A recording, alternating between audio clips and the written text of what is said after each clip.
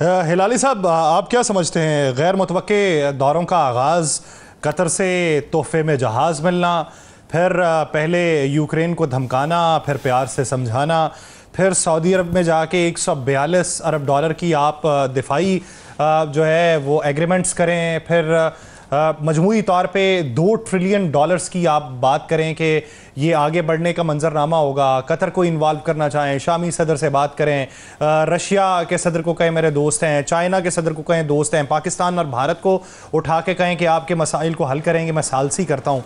ये पूरी दुनिया का मंजरनामा आपको बेहतरी की तरफ जाता लग रहा है, मुआशी मंजरनामा बेहतर होता लग रहा है, या फिर आपको एक नई कॉन्स्पायरेसी थ्योरी जन्म लेती दिखाई देती है? देखिए, मेरे ख्याल में अगर ट्रंप को आप थोड़ा सा स्टडी करें तो ट्रंप एक वाहिद प्रेसिडेंट है जो ये सब चीज़ें कर सकता है और फिर भी एन एलिमेंट ऑफ क्रेडिबिलिटी होती है उसमें। इसलिए कि देखिए, पता नहीं आपने सुना है कि नहीं सुना है कि अब फ़लस्तीन स्टेट को भी वो रिकग्नाइज करने जा रहा है। पता नहीं है सच है कि नहीं है यासर, ये कि वो रिकग्नाइज करने जा रहा है। मगर एक चीज़ तो बिल्कुल ही क्लियर है कि कौन सा हिंदुस्तान तो इस रेकनिंग से अब एज अ रिजल्ट ये जो हम हारा है ये तो खत्म हो गया है ना। डिप्लोमेटिकली एक सुपर पावर बनने वाला स्टेट एक छोटे मुल्क से जिसकी छोटी इकोनॉमी है उस पर मिलिटरीली पिट गया है। तो अब ये बताएं कौन मानेगा इंडिया को? तो व्हाट इज इंडिया? कौन कहता है कि ये सुपर पावर बन सकता है? देख रहे हैं आप अपने सामने ये क्या हुआ है और उसका साइकोलॉजिकल इम्पैक्ट इंडिया पे और दुनिया पे रिगार्डिंग इंडिया। जिधर देखो झूठ झूठ। उनके ये जो झूठ बोला है इन्होंने, इन पे कौन मानेगा? Nobody trust them any longer. और मैं तो अपना ख्याल है कि मैं ये समझता हूं कि Trump himself must be shattered. वो भी बड़ा शॉक में होगा कि कहता है मूडी बड़ा तगड़ा आदमी, बड़ा ये बड़ा वो। उसने देखा होगा कि क्या हुआ है मूडी को, एक छोटे मुल्क के साथ लड़के उसको तो खत्म ही हो गया है। और फिर देखिए वो क्या हरकत कर रहा है, उसकी पूरी आर्मी उसके खिलाफ हो गई है। और वो जो क्या, तो मेरा अपना ख्याल ये है कि ट्रंप रिकग्नाइज किया है कि everything is not as it is. माने मैं कुछ मुल्क को देखता हूं और मैं कहता हूं ये है वो है। अब इजराइल को मैं समझता हूं कि बहुत बड़ा है, ये है, इजराइल कभी छोड़ेंगे नहीं, ये वो। आज न्यूयॉर्क टाइम्स में अगर आप पढ़ें तो वो क्या नाम है उसका, नेतन्याहू कह रहा है कि मैं तो ट्रंप की कोई पॉलिसीज को समझ ही नहीं रहा हूं। और इससे पहले कहा था no greater friend of the Jews. परसों में, आज वो पता नहीं वो भी फेक होगा कि पढ़ रहे हैं कि वो अमेरिका जो है सपोर्ट करने वाला है कि स्टेट फॉर द पैलेस्टीनियंस। पता नहीं सही है कि नहीं, कुछ तो प्रेशर उसको। लेकिन सर वो खबरें तो ये आ रही थी कि वो अरब ममालिक को ये दरख्वास्त कर रहा है कि अगर आप इजराइल को तस्लीम कर लें तो मेरे लिए खुशी का बायस होगा। हाँ, वो तो पहले से कह रहा है ना, लेट्स बी फेयर, वो तो पहले से कह रहा है। वो इब्राहिम अकॉर्ड्स और ये वो तो उसका आइडिया पहले से है। मैं कह रहा हूँ, मैंने ये सुना है कि शायद सऊदी अरेबिया ने कहा हो हम तुम्हारे से इतना चीज़ें खरीद रहे हैं, ये कर रहे हैं, वो कर रहे हैं, ये तो मेहरबानी से पैलेस्टीनियन स्टेट जो है, जो यूनाइटेड नेशन रेजोल्यूशन का है, हम सब उसको अग्री करते हैं, उस पर तो आप अग्री करें। वो तो शायद वो कर दिया हो। आप देख रहे हैं ना वो क्या कहता है कि अगर एक आदमी कहता है कि मैं गाजा को एक रिवियरा बनाना चाहता हूँ, एक ब्यूटीफुल रिवियरा के तरह ऑन द मेडिटरेनियन, तो ये क्यों नहीं कह सकता है कि फिर चलो मैं इसको भी अगर सऊदियों ने कहा है कि इतना रियल एस्टेट है, हम इतने पैसे देंगे, हम आपके साथ आएंगे, चलिए इसको रिकग्नाइज करें और आइए गाजा को बनाए, शायद मान जाए। You see the problem is, आपने देखा होगा कि डेमोक्रेटिक पार्टी जो है अमेरिका में, उसका क्या रिएक्शन हो रहा है इस विजिट का। आपने खुद जिक्र किया है वो 450 मिलियन डॉलर का वो जो प्लेन ले रहा है कि नहीं, कतर जो दे रहा है उसको, वो तो बड़ा वो हर चीज, और कितने पैसे उसके बेटे ने बनाए और ये वो। I don't know what the result is going to be. ये तो कह रहे हैं कि ये आदमी is not to be trusted, इसको इम्पीच करो। अच्छा हिलाली साहब, वेरी स्ट्रेंज मैन जी। हिलाली साहब जरा अब इस तरफ आती है, सिंध तास मुआहिदा ये सिंध ताश मुआहिदा जो मोतर रहेगा, भारत कह रहा है बार बार, अब लाजमी बात है ये हो नहीं सकता ना। सीज फायर कराने वालों ने भी तो इसकी गारंटी उठाई होगी ना, आपके पास क्या इतला है?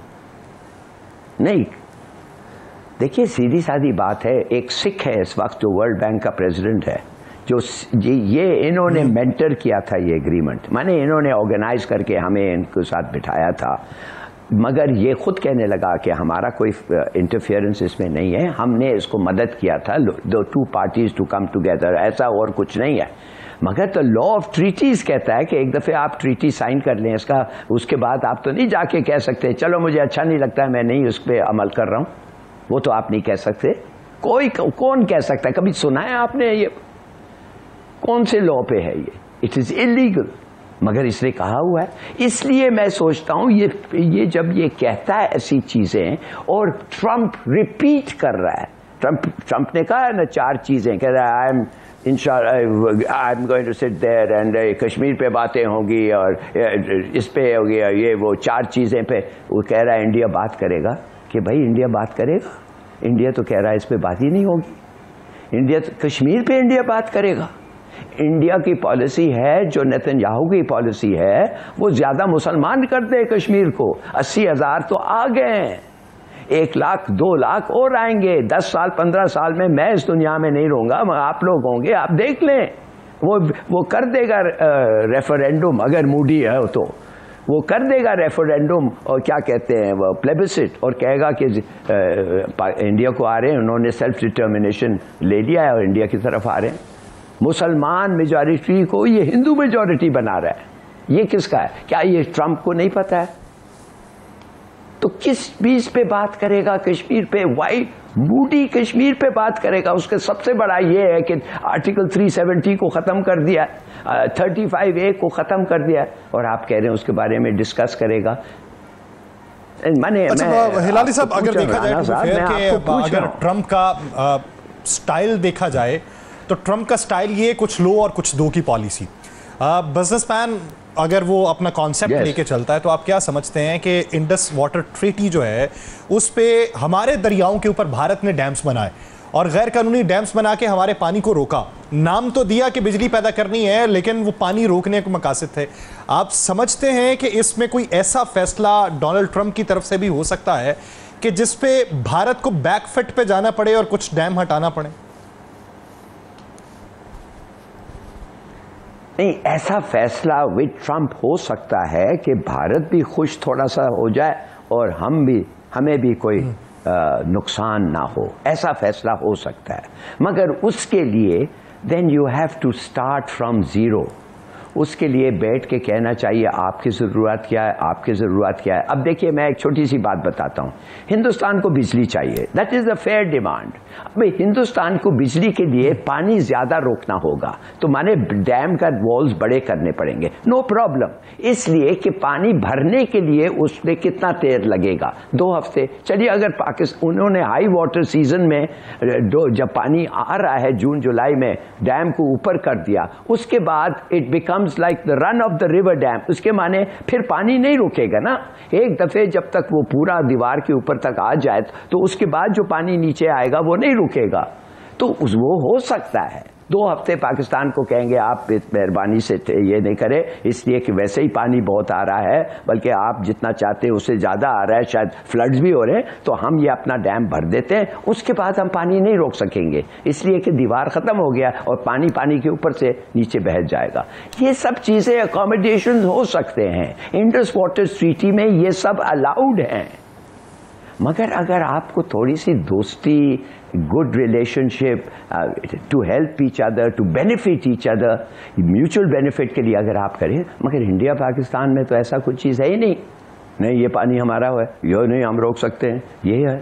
इसलिए तो इतना देर लगा है और इसलिए अभी तक इसका ठीक से हो नहीं सका। मगर जो हुआ है कम से कम वो तो that has been mutually agreed. कुछ लोग कहते हैं कि हमने ज़्यादा अग्री कर दिया, टू बैड, आपने कर दिया, गलती की मगर कर दिया। मगर इसका मतलब नहीं है कि आप उसको फाड़ दें और कहें कि बस ये कुछ नहीं। ऐसा तो नहीं हो सकता है ना। It's not civilised conduct. ये सिर्फ मूडी कर सकता है, इट्स नॉट सिविलाइज्ड कॉन्डक्ट।